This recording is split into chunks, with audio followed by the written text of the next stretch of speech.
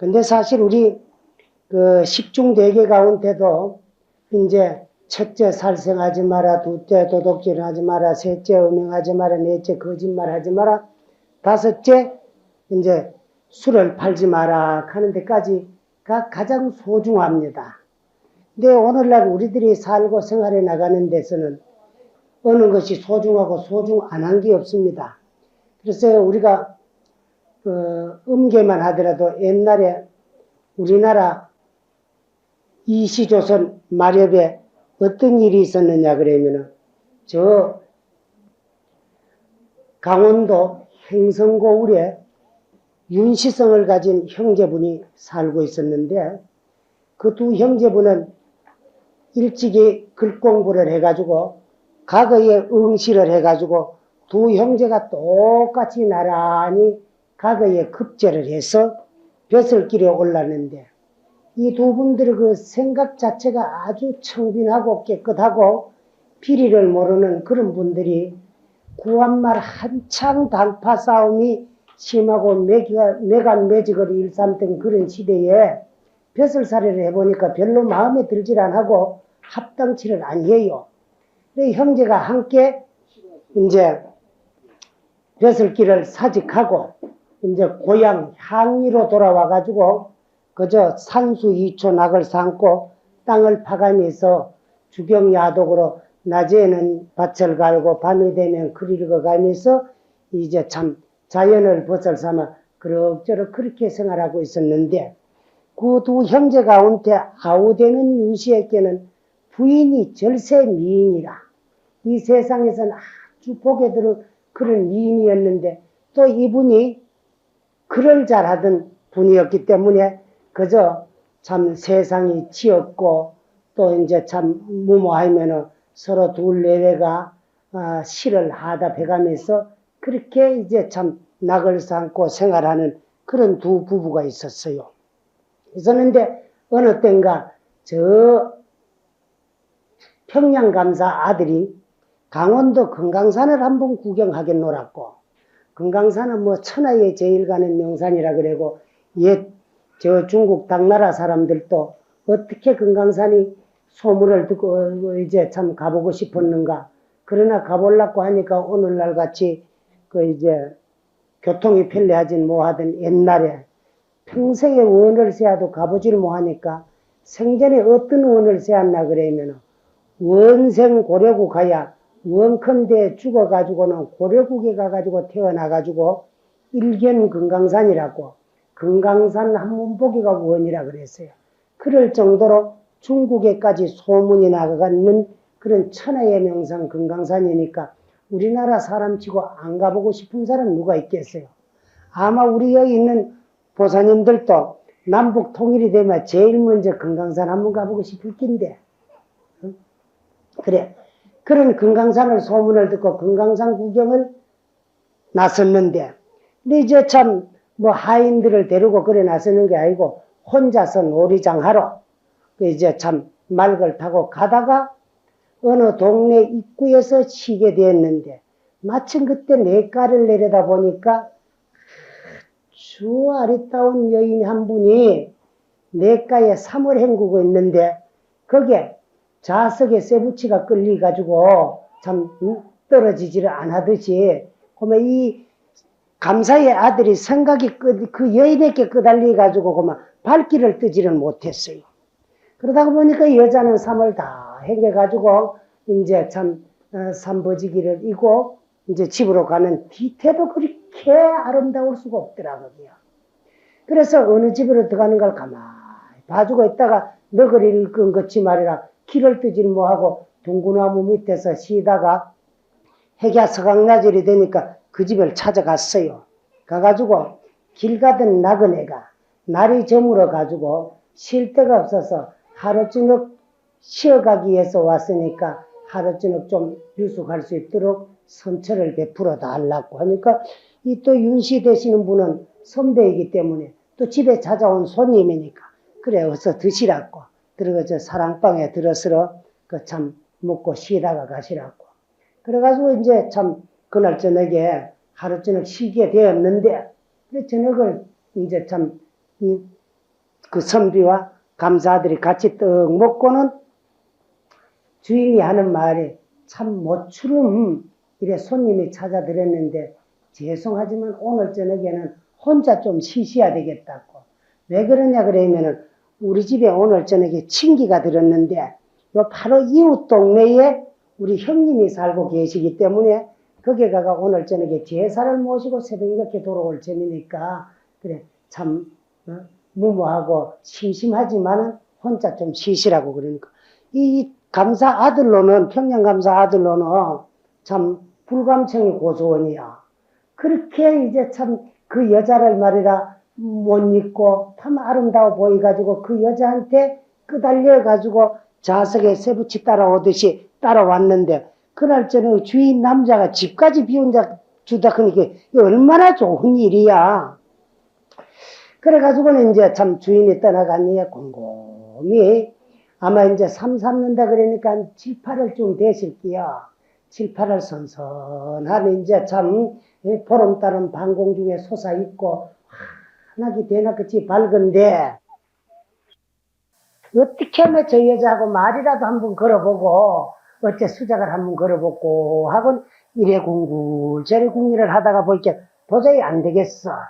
그래가지고 바깥에 놓은 칙함이 나와가지고 창문으로 슬쩍 들여다보니까 초롱불을 켜놔 놓고 배꼽같이 흰 다리를 탁 내놔놓고 삼을 삼고 있는데 거의 깜짝 놀랄 일이 시골에 아주 말이라 소박한 그런 안악맨줄 무식한 안악맨줄하는데 옆에 또 논어책을 탁 놓고 한 구절 읽어가며 삼고 한 구절 읽어가며 삼아지 옳거니 저인이 무식하지 아니하다면은 글로스로 한번 수작을 걸어봐야 되겠다 하고는 다시 방으로 돌아와가지고는 이제 참 글을 한 줄 썼어요.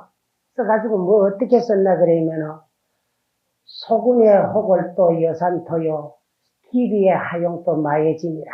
그 무슨 말을 그만 왕소군의 호골도 그저 호산의 흑발이 되고 또 이제 천하일생 양기비야 그 참 월태 하용도 그 마예산의 티끌이 되었는데 인생이 본디 무정물일지언데 사람이 본래 무정물이 아닐지언데는 금일금야 이러시나소서 오늘 저녁에 몸 한 번 허락해 주옵소서. 그리고 이제 편지를 써가지고 탁 던지 들라왔어요.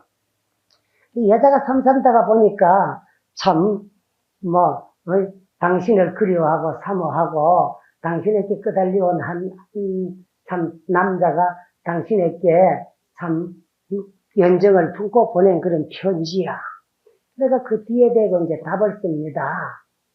첫째 산중하여 무의하신 터니 첩이 산중에 살고 있어서 나를 알아주는 자가 하나도 없더니 천만 이에 하간이 낙내온간이라 천만 뜻밖에 귀한 편지가 높은 곳으로부터 날라들었구나. 여기까지는 뭐 일이 좀 될 것 같지요. 그런데 영이나 그러나 군도 유부지군이요.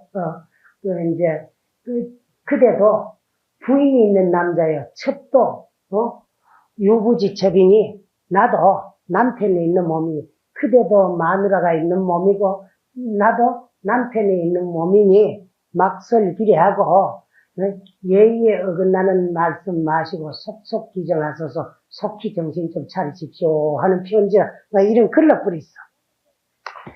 그러고 이제 참 잠이 옵니까? 너무너무 이쁜 여자를 보고 그 여자에 끄달려가지고 거기까지 왔는데 수작을 한번 걸어가지고 편지를 보내보니까 첫머리는 말이야 당신을 알아줘서 감사하고 고맙고 세상에 살만 나는 것 이야기하더니만에 끝에 와가지고는 그러나 당신도 아내가 있는 참 남자요. 이제 참 군도 유부지군이요. 첩도 유부지첩이야. 그대로 마누라에 있는 참 몸이요. 나도 남편이 있는 몸이니 막설비례하고 속속 비정하라. 예예 그난 소리 하지 말고 속히 마음 돌려 차리라는 그런 내용의 뜻이야. 그래가지고 참 일궁굴 저리궁굴 잠이 안 와가지고 이따가 보니까 새벽녘이 되니까 주인 어른이 왔어요. 아이고 참 혼자 심심해갖고 아마 많이 심심하고 지어봤을 겁니다. 하고는 들어와가지고 같이 이제 그 밤을 세우고 아침밥을 체리가 들었는데 밤새도록 잠을 안 자나 나 놓으니까 뭐 밥맛이 뚝 떨어지고 밥을 한 숟가락 입에 써니까 왕물에 씹는 것 같아. 그렇고 나니 뭐 금강산이고 나발 뒤통수가 아무 생각이 없어. 그래가지고 그만 말머리를 돌려가 고향 집으로 왔는데 그 오매 일령 차납게나 가나오나 안 지나서나 그 여인 생각에 머리 콱 차가지고 그만 세상산 만사에 뜻이 없어요. 그래 세월이 가다 보니까 그만 상사의 병이 들어 자리에 눕게 됐다. 눕게 돼가지고는 뭐 도저히 참 일어날 수도 없고 그런 지경에 이르렀더라 그게요. 그런데 그 아버지 되는 분은 아들이 출타를 했다가 집에 돌아와가지고 병이 나가지고 있는데 무슨 병인가 해서 그 유언들을 데려다가 좋다는 약 다 써보고 좋다는 짓 다 해봐도 병세는 점점 위중해가고 있더라. 그래 이제 도저히 해체할 기미가 안 보이니까 저 자식은 도저히 고만하면 참 이런 자식을 살릴 수 없다 싶은 생각이 드니까 마지막으로 아들을 찾아가가 아버지가 묻습니다. 그래 너는 몸이 이렇게 허약하니까 세상에 원되는 건 없느냐. 원이 있다면은 참 네 원대로 하고 싶은 거라 다 해보고 너를 잃지 어찌 이런 멀쩡한 자식을 손도 아무리 써봐도 안 되니까 참 어쩔 수 없는 거 아니냐.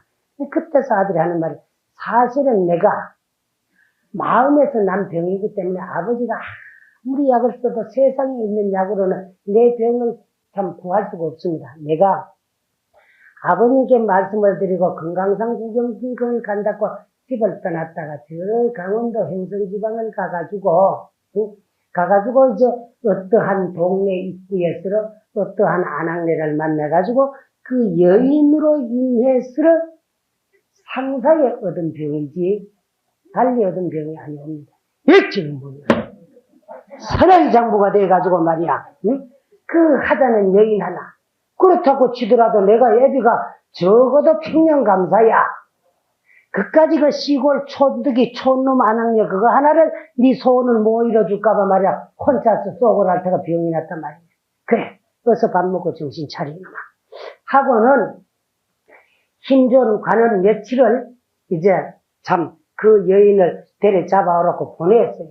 근데 이 집엔 영문 모르고 뭐 좀 또 아무 일도 없었던 것이 재미있게 참 며칠을 보내고 살고 있던 중에 난데없이 평양 감원에서 이제 참 관인들이 달려와가지고 여인을 막 그 사정없이 끌어내가지고 말기 태아가 끌고 간다고요. 그럼 남편이 뭐 세상 아무리 힘이 없다 하더라도 자기 아낙네를 이유 없이 끌고 간 사람 그냥 있겠어요? 그러니까 못 데려간다고 뭐 말리고 뭐 끌어잡고 하다가 보니까 뭐 육모 방맹이를 가지고 막 사정없이 후리치니까 말이라 머리가 깨어지고 두혈이 낭자하고 그런 사람을 밀어 제치놓고 끌어가고 뒤를 돌아보니까 이번가 뭐 죽어 올란지 살아 올란지 정든 고향은 점차로 멀어지고 사랑하는 남편의 그 참 형편없는 그 모습은 점차로 멀어져 가면서 또 끌려가게 되었더라. 그럭저럭 가다가 평양을 다 도착할 무렵에 대동강을 건너게 됐는데 때마침 석양나절이야. 석양나절인데 평양 부중에서 이제 참 저녁연기가 피어오르는 그 모습은 한 폭의 그림과 같고 이놈들은 이제 거기까지 끌어왔고 이제는 배를 타고 강을 건너니까 아무 일 없었던 거라고 생각하고 한창 이제 배 위에서 술자리를 벌리고 있을 적에 여자가 가만히 생각하면 이 길로 가면 내가 도저히 살아서 돌아오지는 못할 끼고 여자가 일부종사해야 되거늘 어찌 내가 끌려가가지고 멀쩡한 서슬이 푸른 두 눈을 뜨고 있는 남편을 놔두고 내가 말이라 내 몸을 버릴 수가 있겠느냐 하는 걸 생각하니 기가 차요. 그래서 시를 한 수 없습니다. 어떻게 갈 수도 없고 안 갈 수도 없고 울면서 거기 대동강 푸른 물을 구겨보니 감사의 위험은 서리빨 같고 나의 절개는 태산과 같은데 갈락해도 어렵고 가지 않을 수도 없으니까 일심투자에 이 몸 하나 물에 던지부이면 한 마음 일심은 편안하리. 그런 귀를 낭낭하고 그리고 저는 관원들이 말하면 무슨 소리를 한 것이 또 들어보니까 이제 참 자기 팔자 한타라고 죽을라 그런 소리다 그거 아니에요? 울면서 대동강 푸른 물을 둘러보니 감사의 위험은 서리 빨갛고 나의 절개는 태산과 같은데 가기도 어렵고 안 갈 수도 없으니 이 몸 하나 이 푸른 물에 던져버리면 한 마음은 편안할 거 아니라 서로 아치 안 되고는 싶어 일하는 순간에 쿵 하면서 여자는 막 물에 뛰어들었어요. 그러자 이놈들도 말이다 이제 낮은 관원이니까 그런 대로 뭐 어려서 글 공부한다고 해온 같은 거 뭐 물놀이 같은 걸 해본 적이 없기 때문에 물에 뛰들고 여자를 구할 수가 없어요. 그래 저래 이래저래 뭐 방황을 하다 보니까 여자는 물살에 떨어져 갓뿌리고 나가가지고 그만 뭐 이제 사람을 구해 차들어 끄고 나는 어두워져 뿌리고 그러니까 감사한 데가 사실대로 이야기를 하니까 막 감사의 그 막 호령은 참 산이 떠나갈 정도로 고함을 지르는 소리 아들은 다시 그 길로 자리에 탁 누워가지고 일어나지 뭐하고 탁 죽고 난 뒤입니다. 근데 여자는 마침 그렇게 이제 급수에 떠내려가는데 그때 마침 석양 참 어두움을 이용해가지고 대동강에 고기 잡으러 나왔던 사람들이 그물을 쳤는데 뭐가 그물에 멀찌감게 한 개 걸려가지고 옳다 오늘은 재수가 대통했다 싶어가지고 끌어올려 보니까 웬 여인이 하나가 끌려 올라오는데 아직 맥을 짚어보니까는 그 숨은 끊어지지 않네. 그래 집으로 가가 잘 부활을 해가지고 이제 사연을 물어보니까 자기네 그 참 평양감사의 감사가 이제 평양감사의 그 아들 여인에서 억울한 여인이 이렇게 그 참 자결을 하기 위해서 몸을 던져서 그러려고 잘 보호하고 있을 텐데 그때 마침 이 윤씨의 그 이제 참 아우되는 여인의 남편이 생각을 하니까 세상에 이를 수 없고 이를 억울할 수가 없어요. 그래 그 길로 보따를 챙겨가지고 한양으로 올라가가지고 신문고를 두드려가지고 이제 상감님한테 상소를 올리는데 상감이 떡 보니까 익히 사람 됨됨이를 아는 사람이야. 아는 사람이기 때문에 이 사람은 참 그 사람 됨됨이는 세상에 누구보다도 저한데 이 세상의 부패함을 저하고 실망하고 배설길을 사임하고 향리를 돌아간다니까 이때 이런 사람을 등용을 해야 되겠다 싶어가지고 그 길로 그만 이제 암행 의사를 제출해가지고 평양으로 내보냈어요. 내보내니까 이 평양에 막 도착하자 아들은 상사병으로 죽고 그 평양 감사의 피리를 사치 이제 참 뒤져가지고는 그 참 해임을 시키고 막 이제 그 한양으로 돌아오기 위해서 강가에 도착해가 배를 타려고 하는데 한 집에 들어가니까 한 여인이 머리에 수건을 쓰고 이제 참 부엌으로 들어가는 뒷모습을 딱 보니까 눈에 익은 모습이야. 그래서 참 좀 뒤로 돌아봐서 한 말씀 드릴 말씀 있다고 좀 말씀 여쭙죠. 그런데 딱 돌아보니 부인이야. 그래서 죽었는 것만 생각했는데 어찌 이래 살았느냐 물으니까 그래서 내가 연약한 여인의 몸으로서 아직까지 고향에 돌아갈 수도 없고 심신을 안정시킨 후에 돌아가려고 내가 이 몸을 대동강에 던졌을 때에 내 생명을 구해준 저 어부내외분을 내가 부모로 의지해가 양부모로 삼고 심신을 안정시키고 있으면서 이 댁에 이제 참 생명을 살려준 부모님들에게 내가 이제 참 시공을 들고 있는 그런 중이다.